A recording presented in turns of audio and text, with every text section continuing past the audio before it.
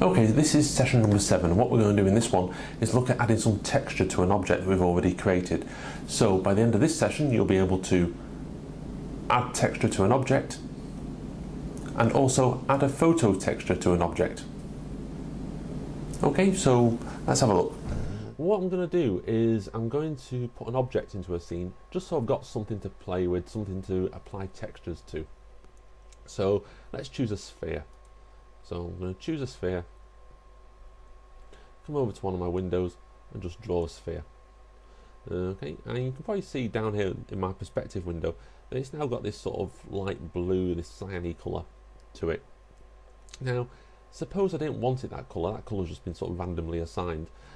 I can change that colour over here. I can come over to where it says name and colour and click on the tab, and then I might say, oh, okay, let's make it this sort of, I don't know, this dark purple colour. Click OK. It changes to this sort of dark purple colour. Okay, now that's great, apart from the fact that it's an absolute perfect texture, and in the real world objects don't tend to have perfect textures. Okay, so it doesn't look like anything realistic, it doesn't look like anything you'd find wandering down the street. Okay, so what we can do is we can apply realistic textures to this, and there's a load that come with Studio Max, and you can also apply your own, and we'll look at both of them in just a second. So what I'm going to do first to do this is I'm going to show you a little trick in Studio Max, and it involves going right up to the top of the screen here, and this toolbar that goes along here.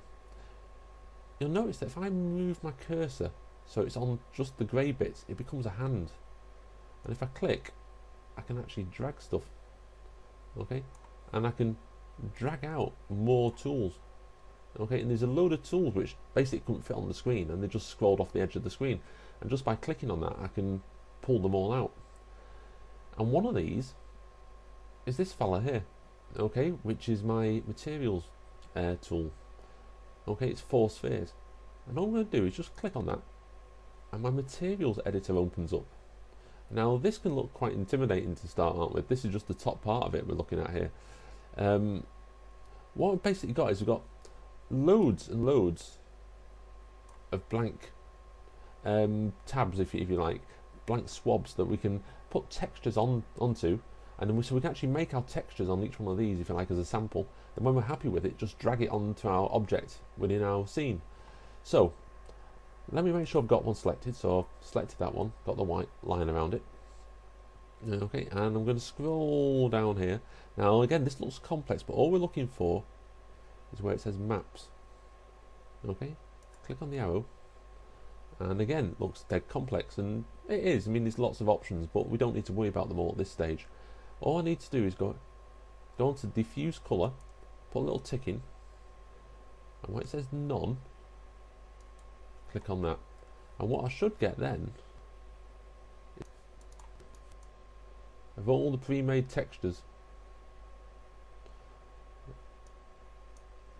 Okay, so these are stuff that comes with Studio Max. Okay, and I can obviously scroll down and view some more. So let's choose checker, which is this sort of effect. It's like a checkerboard effect.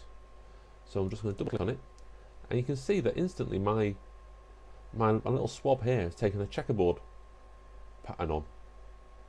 Okay, so if I wanted the checkerboard to be a lot more than just 1, 2, 3, 4 tabs, I can come down here and I can play around with the coordinate settings. So where it says tiling, let me just make each of these 3 instead. So 3, 3, and when I come back up here now, you can see it's put more tiles in. Okay, so just by changing the tiling setting, I can change the actual number of tiles that appear. Okay, so that's all well and good, but so what? Well, if I now grab this, and I'm just going to click and drag, and I'm going to drag it into my scene. Okay, so I've got my sphere 1, which is this purple sphere that we made. I drop it on, and it becomes this sort of grey colour, and you're thinking, hang on a minute, I thought we were going to put a checkerboard pattern on that. Well, basically we need to just do a quick render just to see what that looks like with that on now. So I'm going to come over here, I'm just going to click on there. In fact, I can close my material editor down so I can see what I'm doing. Okay, and so I've got my scene there with my grey sphere. And remember all the extra tools that appeared at the top. So when we had the materials tab appear, if we bounce along, okay, there's one that looks like a teapot. I don't want this one with the teapot with like the window above it, just this one, teapot by itself. Okay, and if you click on that, it will do a render of what our sphere now looks like with that checkerboard applied to it.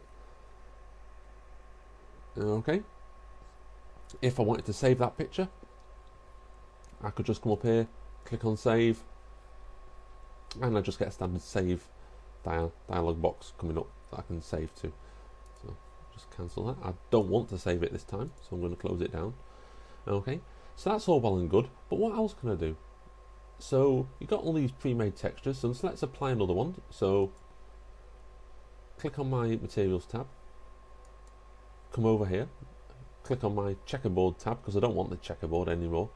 Okay, and where it comes down here and it says checker, so it'll say map to checker, and I might say okay, let's have what have we got down here? We've got anything that looks just having a look through us. Marble. Let's click on marble, and I'm going to discard the old map being the checkerboard. And you'll see that my sphere now has this marble effect on it. So once again, click, drag, and then if I want to see it in action, come up here, click on the icon. You'll see I've now got a render of this thing with a marble type effect on it. So I can apply all these effects quite easily. And you also notice you've got a nice sort of shadow as well. It looks a lot more realistic once you've rendered it as well, but we'll come to that in a few sessions time. Okay, so I'm going to close that down. So just really one more thing to do, and rather than just apply these textures which come with Studio Max, you can make your own. You can use your own photographs. Okay, so what I'm going to do is I'm going to click on where it says marble, because obviously that's the last texture I applied, and I'm going to come up to the top of my material browser and click on bitmap. Okay, and bitmap of course being a photograph or an image that you have. Okay, so it might be something you've taken on your digital camera or something you made in Photoshop or something like that. I can click on bitmap and a browser window pops up. Okay, says okay, where's this picture you want to use? And mine's on the desktop, so I'm going to click on the tab, desktop, and it's pebbles. Okay, so this is a picture that I've taken of some pebbles on a beach.